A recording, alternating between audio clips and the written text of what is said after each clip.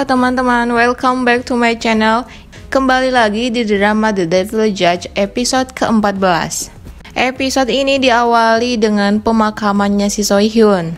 Saat pemakaman si Sohyun, si Kim Ga-on melihatnya dari kejauhan.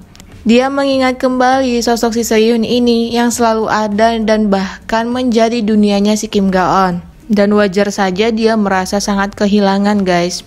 Terus si Kang Yo-han dengan si Elia juga merasa sedih melihat kepergiannya si Sohyun ini.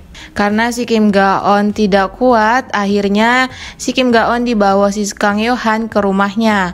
Namun saat Kim Ga-on sadar, dia memberontak ingin mencari tahu siapa pembunuhnya si Sohyun itu. Tapi si Kang Yo-han melarangnya, dan si Elia juga menasehatinya untuk tidak terburu-buru mencarinya, karena yang penting saat ini adalah kesehatannya si Kim Ga-on juga. Setelah dia sedikit tenang, dia kembali menanyakan kepada si Kang Yo-han. Dari jawabannya si Kang Yo-han, si yayasan ini hanya membuat mereka kebingungan. Dan yang sebenarnya menjadi sasaran yayasan itu adalah mereka bertiga. Namun saat itu ada si Sohyun yang berlari ke arahnya si Kim Ga-on. Lalu si Kim Ga-on merasa bersalah. Dia menyalahkan dirinya karena yang seharusnya ditembak oleh yayasan itu adalah si Kim Ga-on.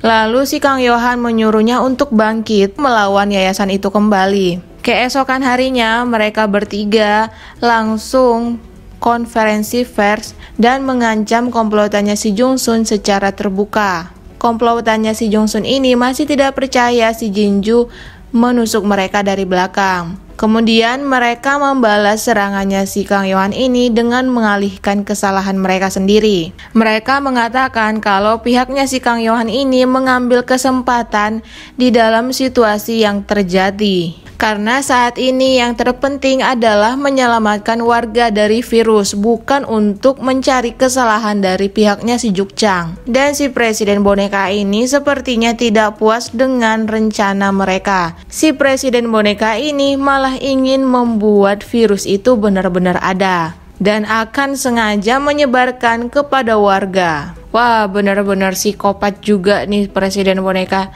Dia terlalu agresif dan terlalu serakah ingin dianggap sebagai patriot di depan warganya.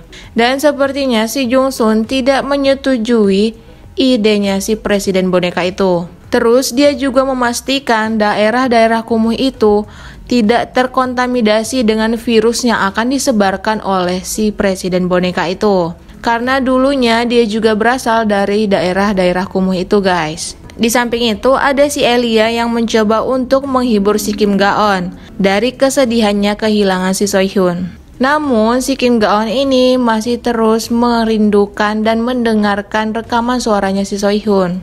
Lalu si Kim Ga-on dan Kang Yo-han menemukan cara, yaitu mereka menemukan seorang peneliti dari kasus virus tersebut. Nah, saat mereka bertemu dengan peneliti ini, ternyata virus itu tidak ada, guys. Dan yang sebenarnya menyebabkan orang-orang meninggal di daerah kumuh itu adalah kekurangan gizi. Dan si Kang Yo-han pun meminta si peneliti ini untuk bersaksi di pengadilannya. Keesokan harinya, saat persidangan si Juk Chang dimulai, pembelanya ini ngotot mengatakan kalau itu adalah sebuah pembelaan dari situasi genting yang terjadi. Padahal sudah jelas-jelas si Juk Chang itu membunuh dengan sengaja kakek-kakek yang berusia 70 tahun itu, guys. Kemudian si Kang Yo-han memanggil si peneliti itu untuk bersaksi tentang kebenaran virus tersebut. Tapi yang mengagetkan ternyata si peneliti itu sudah meninggal dunia. Wow, gerak cepat sekali timnya si Jung-sun, guys, membunuh saksi dari si Kang Yo-han. Lalu si Kang Yo-han menampilkan video-video si presiden boneka ini yang mengatakan kalau si Juk Chang adalah salah satu penggemar klub dari si presiden boneka. Dan dia sengaja memancing si Juk Chang ini agar si Juk Chang mau berkata kalau dia itu sebenarnya adalah suruhan dari si presiden boneka. Tapi sangat disayangkan, si Juk Chang ini masih berusaha menutupi nama si presiden boneka.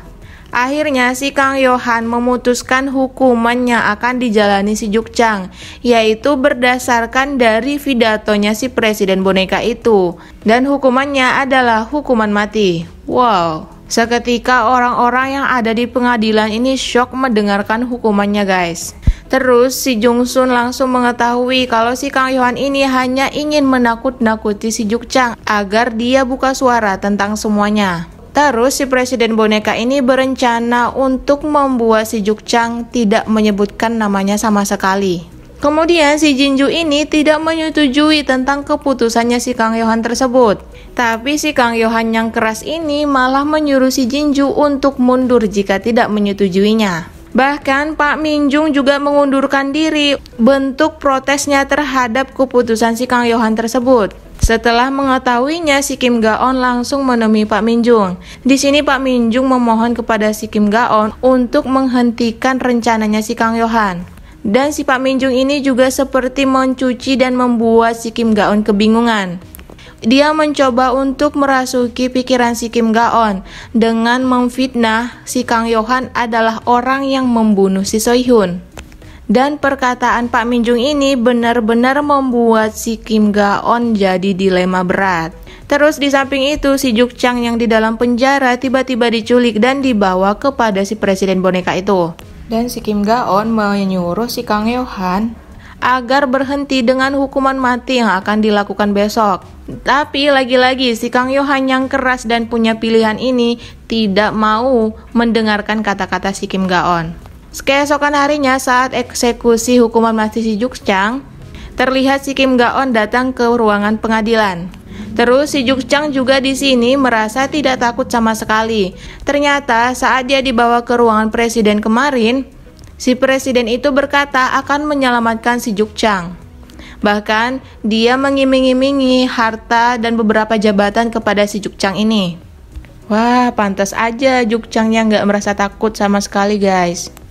Dan di akhir episode ini, saat semua warga juga sibuk untuk memvoting tentang hukuman mati tersebut, tiba-tiba hukumannya diberhentikan guys, karena ada perintah langsung dari kehakiman. Dan si Kim Ga-on membuat konferensi pers. Dia mengatakan kalau pengadilan langsung yang dipimpin si Kang Yohan ini semuanya palsu. Apa yang akan terjadi? Apakah benar si Kim Ga-on ini akan mengkhianati si Kang Yohan? Kita akan saksikan keseruannya di episode selanjutnya guys. Thank you for watching and see you on next video. Bye-bye.